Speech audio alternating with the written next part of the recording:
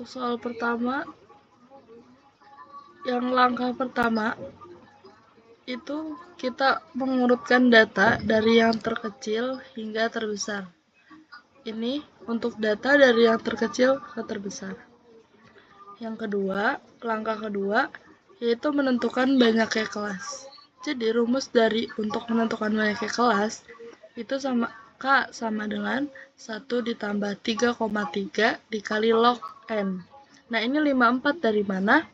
54 itu dari jumlah n-nya itu ada berapa, jumlah semua data itu ada berapa, dan jumlah semua data di sini itu ada 54, jadinya 1 ditambah 3,3 dikali log 4.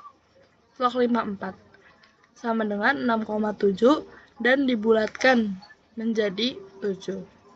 Selanjutnya langkah ketiga itu menentukan panjang kelasnya. Menentukan panjang kelasnya itu sama dengan X max dikurang X min. Jadi data terbesar dikurang data terkecil. Habis itu dibagi sama banyaknya kelas. Banyaknya kelas tadi kan sudah ditentukan itu sebanyak 7 dibagi sama 7. Jadi di sini data terbesarnya itu ada 94, data terkecilnya itu ada 40. Habis itu dibagi sama banyaknya kelas itu ada 7, yaitu 54 dibagi sama 7 sama dengan 7,71 dibulatkan menjadi 8. Selanjutnya langkah keempat, kita udah menentukan interval kelas. Menentukan kelas interval itu kita urutkan dari kelas pertama sampai kelas ke-7. Kenapa sampai kelas ke-7? Karena di sini jumlah banyaknya kelas itu sampai 7. Jadi kelas pertama itu dari angka terkecil 40 sampai 47. Kenapa sampai 47? Karena di sini panjang kelasnya itu sampai 8. Jadi 40 itu dimajukan angkanya ditambah 8. Jadi 47. Dan seterusnya begitu. Seterusnya langkah kelima. Langkah kelima itu kita gunakan dua rumus. Rumus pertama itu menentukan tepi bawah dan kelas bawah. Tepi bawah itu sama dengan kelas bawah. Itu rumusnya itu 40 dikurang 0,5. 40 itu dari mana? 40 itu dari interval kelas atas, kelas bawah. Interval kelas bawah itu 40. 40 ini. Nah, itu dikurang sama 0,5 sama dengan 39,5. Nah, selanjutnya tepi atas itu sama dengan kelas atas. Nah, tapi kalau tepi atas sama dengan kelas atas itu ditambah 0,5. Jadi 47 dari mana? Itu dari interval kelas atas. 47,5. Ini hasilnya dari tepi atas, dari tepi kelas bawah. Selanjutnya langkah ke-6 yaitu menentukan frekuensi masing-masing kelas menggunakan turus. Jadi di jawaban saya itu saya menggunakan rumus. Rumusnya seperti ini. Rumusnya seperti ini bisa dilihat. Nah, selanjutnya mengikuti ke bawahnya mengikuti dengan rumus yang sama. Selanjutnya langkah ke-7 yaitu masukkan hasil daftar. Jadi semua langkah ke-7 itu semua dijadiin satu. Untuk jawaban soal nomor 2 akan saya jelaskan. Jadi ini untuk soal nomor 2 itu ini. Jadi untuk langkah pertama itu kita menentukan sigma y-nya. Sigma y-nya itu dari mana? Sigma y-nya itu dari jumlah Q1, Q2, Q3 dan Q4. Dijadiin satu semuanya dijumlah seperti ini. Jadi jumlah semuanya sama. Ke bawahnya juga nanti sama rumusnya. Selanjutnya untuk mencari sigma Y2 itu kita mengkuadratkan dari sigma Y-nya. Dari 16 ini kita kuadratkan. Kita hasilkan di sini. Jadi 16 pangkat 2 256. Jadi yang pertama itu mencari sigma Y, yang kedua itu mencari sigma Y kuadrat. Untuk selanjutnya itu kita mencari sigma XY-nya. Jadi untuk mencari sigma XY-nya itu untuk dari data pertama yang cube 1 itu dikali sama Y-nya. Jadi yang ini, yang Q1 ini dikali sama ini. Dan nanti ke bawahnya juga ini dikali sama ini dikali sama ini, seterusnya sampai ke bawah dikali sama sigma Y-nya. Dan untuk selanjutnya juga 5 dikali 16, 4 dikali 12, 5 kali 19, dan seterusnya ke bawah. Nah, untuk jumlah sigma XY-nya itu dijumlahkan dari hasil sigma XYQ pertama itu dijumlahkan semuanya sampai ke data 10-nya. Data 10-nya semua dijumlahkan dengan hasilkan seperti ini. Dijumlahkan semuanya. Untuk selanjutnya itu kita mencari X kuadratnya. Untuk mencari X kuadratnya itu kalau yang tadi kalau yang mencari sigma XY itu kan Q1 dikali sama Y, sigma Y-nya ini. Kalau untuk mencari X kuadrat itu data semua ini itu hanya dikuadratkan saja. Di pangkat 2. Jadi 4 pangkat 2, 3 pangkat 2, 5 pangkat 2, dan seterusnya. Ini juga 5 pangkat 2, 4 pangkat 2, 5 pangkat 2, dan seterusnya. Selanjutnya, itu kita menentukan total sigma Y.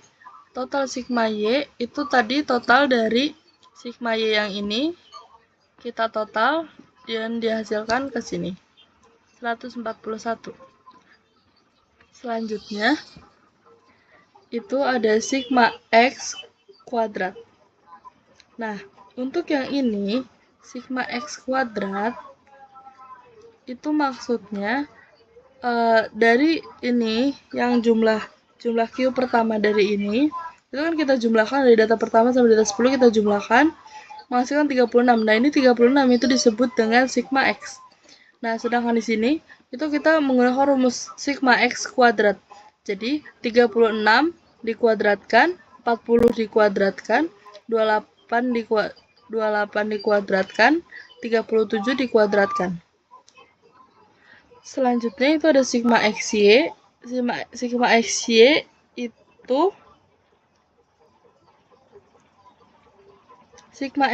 itu ini data yang ini 4 ini dari jumlah XY ini dipindahkan ke sini. Itu untuk menghasilkan sigma XY. Kalau sigma X kuadrat itu ini. Yang ini yang kita mencari X kuadrat itu dipindahkan ke sini. Nah, selanjutnya itu N. N itu apa? N itu banyak datanya. Semua banyak data ini itu ada berapa? Banyak respondennya itu ada berapa? Di sini jumlah respondennya itu ada 10, jadi N-nya itu sama dengan 10. Selanjutnya itu ada N sigma XY. Itu N sigma XY maksudnya adalah N 10 ini dikali sama sigma XY-nya ini.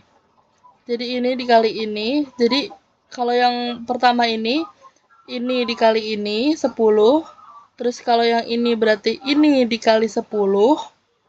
Berarti kalau yang ini dikali 10. Kalau yang ini berarti ini dikali sama 10. Gitu. Selanjutnya itu ada sigma N sigma X kuadrat. N sigma X kuadrat itu maksudnya sama kayak tadi. Itu kita N dikali sama X kuadrat ini. Jadi 10 dikali sama 146. Dan seterusnya seperti itu. Terus selanjutnya itu ada N sigma Y kuadrat. N sigma Y kuadrat itu banyak datanya tadi 10 dikali sama ini. jumlah banyaknya jumlah dari sigma y kuadrat ini. Ada dalam kurung sigma y kuadrat itu ini yang total dari sigma y-nya itu dikuadratkan. Nah, nanti dihasilkan segini. 19.881. Selanjutnya itu ada n sigma xy dikurang sigma x sigma y. Jadi, untuk rumusnya itu kita menggunakan n sigma xy-nya ini habis itu dikurang sama ini hasil dari jumlah Q1-nya habis itu dikali sama jumlah Y-nya. Nah, kalau yang ini berarti kita pakainya angka 40. Kalau yang ini, tadi kan kita sigma X-nya kita pakai yang 36. Kalau yang 430, yang ini itu kita pakai yang sigma X-nya pakai yang 40. Nah, kalau yang ini berarti kita pakai yang 28. Kalau yang ini berarti kita pakai yang 37. Selanjutnya itu ada n sigma x kuadrat dikurang sigma x kuadrat. Jadi ini itu n sigma x kuadrat ini dikurang sama sigma x dikurang sama sigma x kuadrat. Ini. Kalau yang ini berarti ini dikurang sama ini. Kalau yang ini berarti ini dikurang sama ini. Kalau ini berarti ini dikurang sama ini. Gitu. Terus untuk yang n sigma y kuadrat dikurang sigma y kuadrat itu n sigma y kuadrat